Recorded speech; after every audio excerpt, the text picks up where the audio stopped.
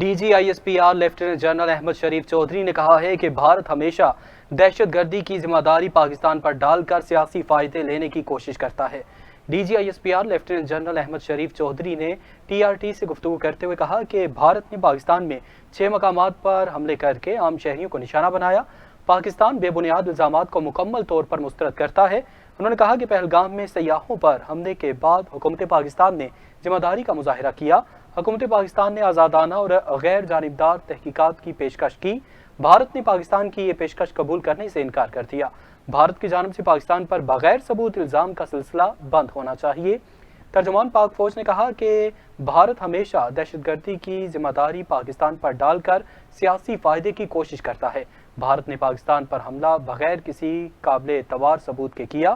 بھارت نے مساجد پر بمباری کی، خواتین اور بچوں کو شہید کیا۔ بھارت سے مطالبہ ہے کہ کوئی ثبوت ہے تو کسی غیر جانبدار ملک کو پیش کرے۔